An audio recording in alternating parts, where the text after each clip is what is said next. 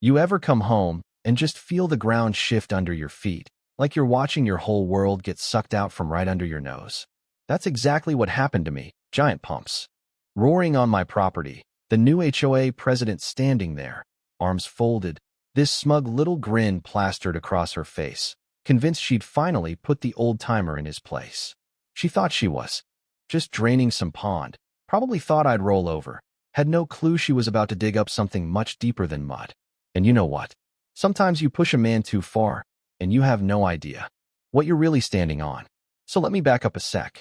Drop a comment and tell me where you're tuning in from, because you are not ready for the level of payback this HOA brought on themselves. And if you're like me, if you believe no homeowner should ever get steamrolled by some power-hungry board, just go ahead and hit subscribe, because trust me, you'll want to see the moment when they realize just how badly they screwed up. It all started on a Tuesday, because of course, right? The new HOA president, Mullen CR, knocks on my door clutching a clipboard like it's some kind of royal scepter. She's only had the job 3 months, but she's made it her life's work to restore community standards, which is just fancy HOA speak for harassing anybody with a mailbox that isn't regulation beige or a garden gnome with too much personality. She hands me this paper, stone-faced, not even a hint of small talk. Order for nuisance abatement, it says. Apparently, the unregistered body of water out back is a massive flood risk, and I have 14 days to drain it. Unregistered? She means my lake, the one I spent 30 years building, Ella Laner's Lake. Named after my late wife. Every permit, every inspection, spring-fed, 1,000-year spillway, annual checkups, you name it, I did it by the book. But Mullen, she just gives me that condescending smile, like I'm showing her a crayon drawing.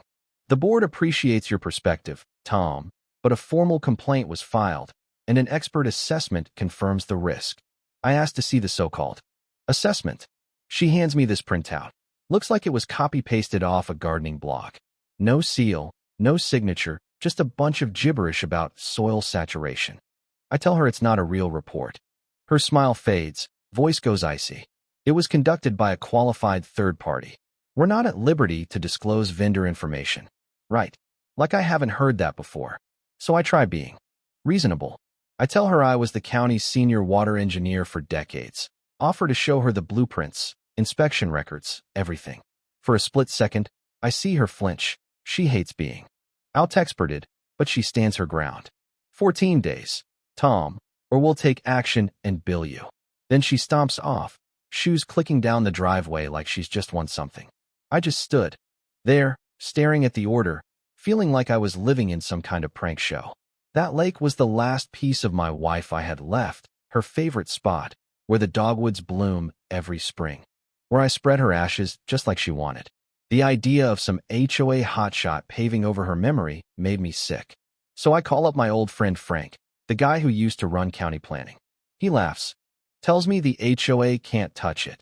The lake predates the HOA by 20 years, fully permitted, watershed easement, all legal. Just send them the paperwork and a certified letter. They'll fold. So I spend the next day gathering every permit, survey, even my old handwritten maintenance logs, make a full packet, stop for coffee, feeling pretty good about the whole thing, picturing Mullen's face when my lawyer's letter lands on her desk. But as I pull onto my street, I hear it, the low rumble of a gas engine. There, half parked on my lawn, is a huge, unmarked panel truck. Hoses running down to my lake. Mullen's standing by the water with her clipboard, a young guy in a company polo next to her, and the pumps are gushing out 30 years of memories right into the storm. Drain. The shore's just mud now, my wife's bench stranded like a headstone, trout flopping, wild ducks circling in panic. You were non-compliant, Tom, she says, trying to fake sympathy. We had to take action. I just stared at her, holding my stack of proof, my permits, my years of work, like none of it meant a thing. She didn't even wait 14 days. Moved in the second I left the house. I felt something harden inside me. Didn't yell, didn't argue. Just let the silence hang there while my wife's memorial drained away. Next day, the local news van shows up. Some young reporter calls it a neighborhood dispute over an unauthorized pond. Then it cuts to Mullen, all buttoned up, telling everyone she's just protecting the community from a dangerous old man. Perfect. Performance. The county stonewalls me. Nobody wants bad press from an HOA war. But then my neighbor Sarah shows up, retired history teacher, smart as a whip, with sandwiches and a look that said she wasn't backing down. That woman's a menace, Tom. What are you going to do? So we get to work at my kitchen table, digging into records. Turns out the expert assessment was done by a company. Registered just 6 months ago. Owner, Derek CR. Sarah finds his picture on Facebook. Mullen's nephew, standing right by the pumps. Nepotism? Sure. But what we need is the money trail. Sarah calls Carol on the HOA finance committee. Turns out Mullen's been signing checks by herself, freezing out the rest of the board. Bank statements show $120,000 paid up front to eco-conversion. Solutions, Mullen's nephew's shell company. Before any work was done, no board vote, just her signature. Now we're talking fraud. My grief turns to something sharper.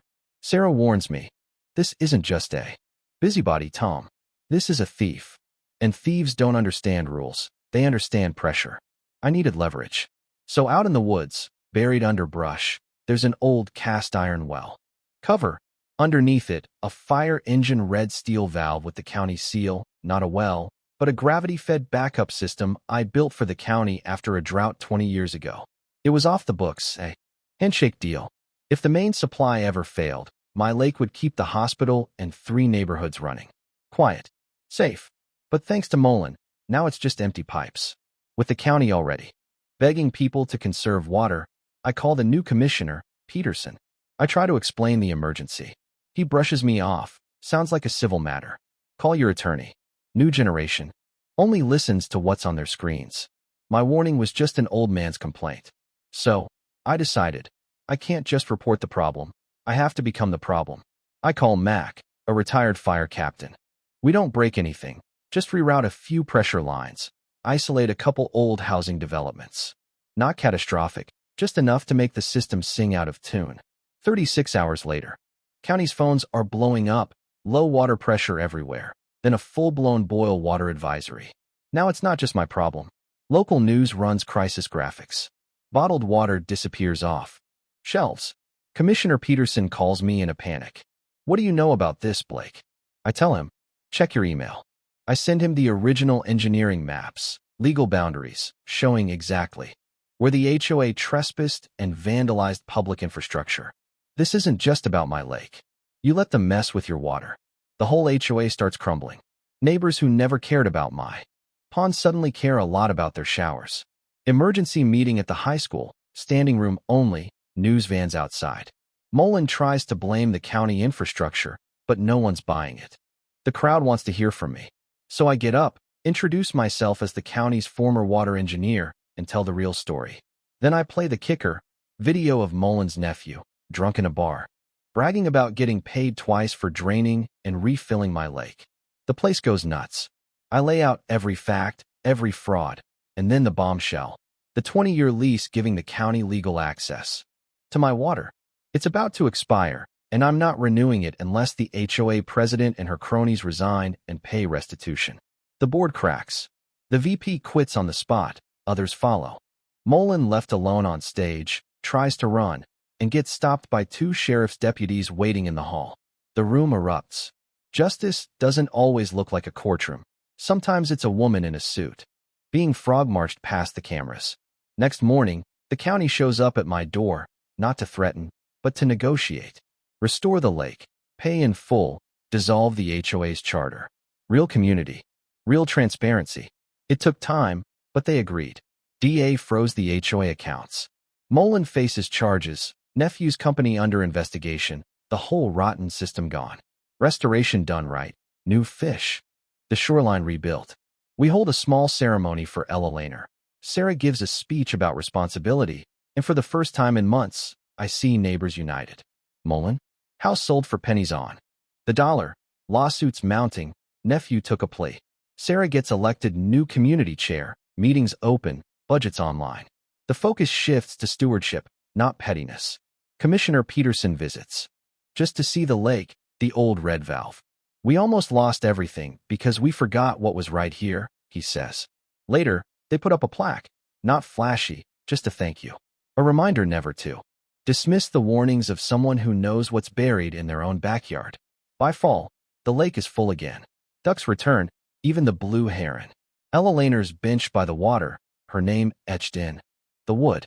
I sit with my coffee, watching the sun ripple across the lake, the chaos finally replaced by peace.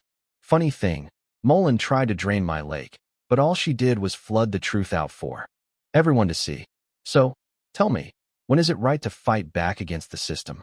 Ever been pushed to your limit by an HOA or a bully with a clipboard? Drop your story in the comments. And if you've ever stood your ground to protect what matters, let's hear it. Don't forget to like and subscribe. Sometimes the only thing stronger than pressure is the person who knows how to use it.